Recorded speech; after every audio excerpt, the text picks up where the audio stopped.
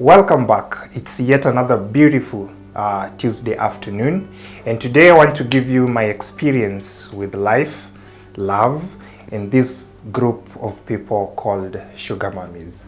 You don't want to miss this. Don't go anywhere because I'll be right back in a moment.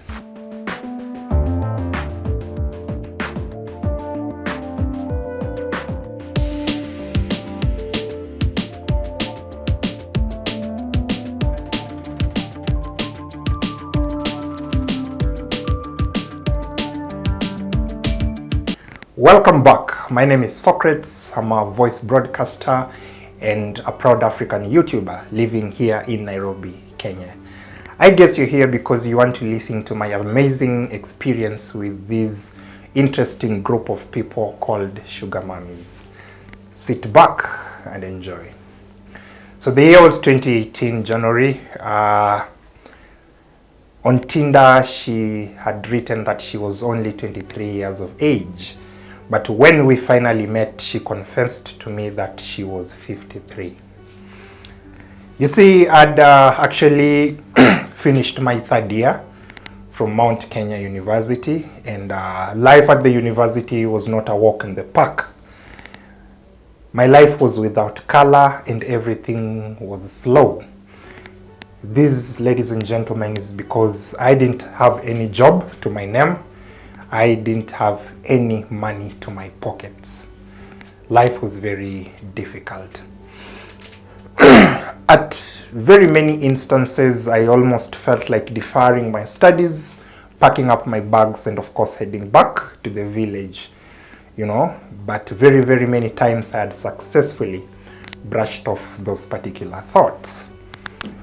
So every day I kept on pushing and pushing, hoping against all hopes that in the fullness of time I would be able to finish my university well, and through God's grace I would land a job and bring to an end my poverty. They usually say that broke men have no rights to fall in love, but that was not my case. I had a very beautiful girlfriend by the name Brenda, who loved me to bits. Brenda did not care whether I was broke, without a cent to my name. She did everything to make sure that our relationship was the very best, despite our financial limitations. And to be honest, I was grateful. And sometimes I looked at her, the way she desperately tried to make my broke ass happy. And to be honest, I loved her too. Now, problems began when I started having free time to explore dating apps. I was in a relationship, make no mistake, but then out of curiosity, I downloaded apps and, signed up my details over there and begin, checking out ladies and all that crap. Well, I had no job. I had nothing to keep me busy, so I had a lot of time on my hands to do this kind of exploration, something I regret today. So Tinder was my marketplace. I downloaded the app, I fed my details, and I began swiping. Tinder can be such a madhouse because then you have 1 or 2 seconds to either swipe right or swipe left. It's a madhouse for those who are seeking short-term romance, those who are seeking one-night stands, those who are seeking company, and there are those even who are seeking, honestly, real relationships. But that was not the case with me. I was an idle man with a hot blood, ready to explore. So there was this particular profile of a lady by the name Stacy that I bumped into and swiped right. Stacy was goals. She was the it. She was her age was 23. She was, semi-blonde and, looking all dolled up from her pictures. And I was like, yo, I'm gonna swipe right. And in the event that she swipes right too, we are going to hit that conversation running. So that's what I did at that particular point. So I remember one interesting thing about Stacy is that she had a tagline written, "Money is not a problem." Guys, I'm a third year student. Life is very difficult. Everything is slow. I have no job. Then I finally match with a lady who is very beautiful, and right there, she's seeking companionship. She doesn't want anyone's money. Money to her is not a problem. You can imagine how fast I dived into that online arrangement. Well, we talked a little bit. We vibed. She, I beg your pardon. She inquired what I was doing on those Tinder streets. I told her, yo, I'm very single. I'm looking for the usual lies, you know. And I asked her, you look all beautiful, you look all dolled up, you are total goals. What would you be doing on the streets of this particular application? Her response was more or less the same as mine. She was looking for something serious with a dude who would come through and match her vibe and energy. So we started talking, we got to know each other better, and you know, she told me a lot of charade about herself. But I think at this moment, my good people, what's important is that we finally arranged a meeting. May I move with speed that even up to the time that I was meeting Stacy from Tinder, yet I'm in a very serious relationship with my girlfriend Brenda. I had not talked to her on phone, neither had we exchanged numbers. We were purely relying on our direct messages on Tinder. So it's after 2 weeks of our matching that we agreed to meet at a popular city restaurant right here in Nairobi, the city in the sun.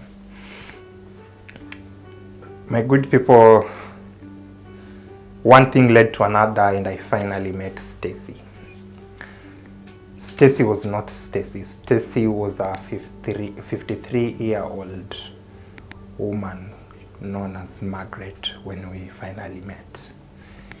You can imagine how shocked I was. She told me that, Socrates, don't worry, I used those particular pictures, I had downloaded them from the internet, because if I would have used my real pictures to, you know, seek validation on Tinder, nobody would have given me attention. But hey, don't worry, I am the lady for you, because I know I can take care of you. You are a young man, strong, energetic, and I'm the big girl. I have the money that you need. So give me the companionship that I need, and I'll give you the money you need. My good people, that was the worst balance that I would have ever been in my entire existence, because now, if I date this 53-year-old woman, I was going to have endless flow of money. My poverty was going to come to a halt, and my life and that of my girlfriend Brenda was going to change for good. But if I would lie to myself that I'm rejecting the proposal from Margaret, who was very old, older than my own mother, and say that I'm faithful to Brenda, my girlfriend, I was going to lose this money. So I had a very short period of time to make this life-changing decision. And yes, you are right. I took up the offer. So we agreed about the terms and conditions of our relationship. I was to offer her company, and she was to sustain my lifestyle. She was supposed to give me money, allowances, and rent, and all that. One thing that we agreed on is that nobody would make known to the fact that her and myself were together. Our relationship was supposed to be as discreet as possible. No public display of affection, no turn-ups to holding hands and all that. Just two people giving each other secret companionship. In return, moolah, money. The lunch date was very pleasant, I must say. Those who saw us at that particular restaurant, thought that these were perhaps a mom and a son catching up, and all that. What they did not know was this was the beginning of a very steamy and yet illicit affair between a very young college man and an old cougar. I didn't care. I didn't worry. I wanted the money. I didn't care. I didn't worry. I wanted the money. Hey, okay. So, she told me after lunch that, here, Socrates, so at this particular point in time, we are hitting it straight. She told me, she got into her purse and gave me, I think a note. It was a note of around 20,000 Kenyan shillings. Money that I had not seen in a very, very long time. I had not seen that cash wedded like that, the way it was. Very clean notes. And she was like, here, this is your first allowance. 20,000 G's, ma people. But I'm giving you this, go sort out your rent, get a few, t-shirts. Look good. Look like a human being. That's what they say. But on one condition, we can, get an hotel room within the restaurant and, spend 1 or 2 hours together, if you know what I mean, so that you can go back home to your girlfriend. 20,000 from nowhere, just for 2 hours of my time. I was like, yeah, book the room, why not? The rooms are only upstairs. We were at the restaurant at the ground floor. So she liaised with one of the stewards of that restaurant, and her room was booked. So at this particular point in time, I had no iota of shame. I had no iota of guilt. I wanted the money.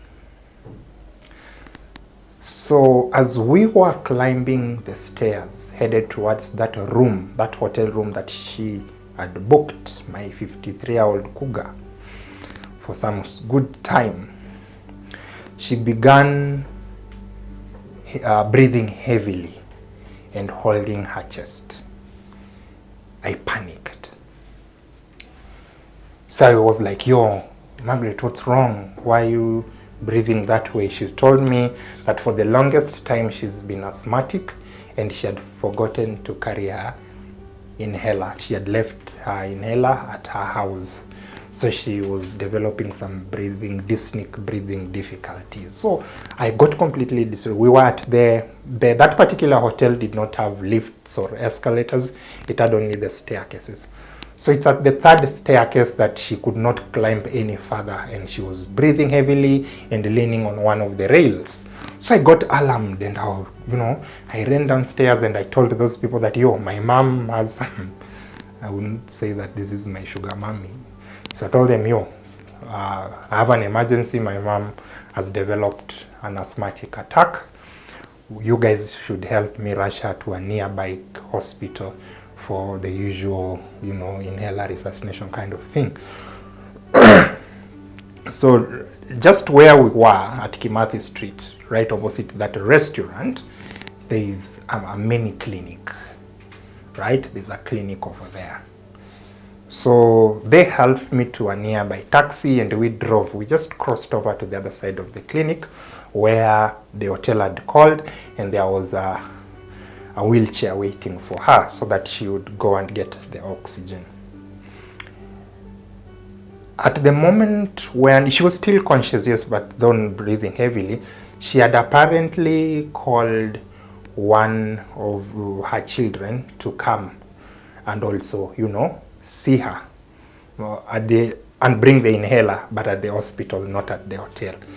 So we got to that particular hospital. She was still breathing heavily, but the doctors were doing everything they could to help Margaret, my newfound flame, cougar, if you must.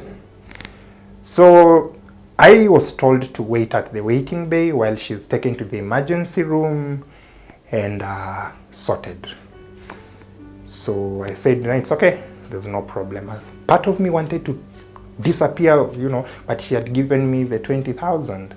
So at least I would have been human enough to wait and see the outcome of the resuscitation procedure. So while she was being taken into that particular emergency room, she had left her phone with me. So that entire period when she was being resuscitated, I think the daughter or the child that she had called kept on calling her phone, but I knew better not to pick, right? I knew better not to pick because she had been saved as my sweet daughter. So she kept on calling. I think she wanted to know the progress of handling her mom, if she had gotten an inhaler or if she had been resuscitated or whether she was on oxygen. So I didn't want to pick, but had Margaret's phone. And this time my heart is beating. I didn't want anything to happen to her because I would have been accountable, because I was the last person she had spent time with. So I was really praying to my God, like really praying that she gets resuscitated well so that we can all part ways. I go back to my house at MKU hostels and she goes back to her house. Maybe some other day would be able to link up. So it's after what seemed to be like 25 minutes that again I saw her from her. There was a text pop up on her phone with, I think, that child of hers, the daughter, I think, texting that, hey mom, don't worry, I have already arrived at the clinic. So I was like, well, now I have to play cool here because now a family member has come. And actually, this was the perfect opportunity for me to leave, so that at least she has her daughter here who's gonna make sure that she's okay. She's okay. So this is at the point where I was going to leave, so that I don't give answers to questions I do not know. Because definitely she was going to ask me, what were you doing with my mom when she fell, when the asthma attack came in? Where were you guys? Who are you? Was I going to say that I'm her new love? No. So I just wanted the daughter to walk in, locate her mom at the emergency ward, then I also check out. So that even if she's told that there's a gentleman who brought your mom here, I'm not in the picture. Where I had a relationship to protect back at my place. So when I was seated at the waiting bay of that particular clinic, I saw a lady figure walking in. She first went to the records office. She was very anxious, almost screaming and praying at the same time and worried and asking people, where's my mom? Where's my mom? It's at the moment that the young lady walked into the waiting bay where I was. That's when I realized that this daughter was actually Brenda, my girlfriend. Margaret, my 53-year-old cougar, was actually the mom to my girlfriend.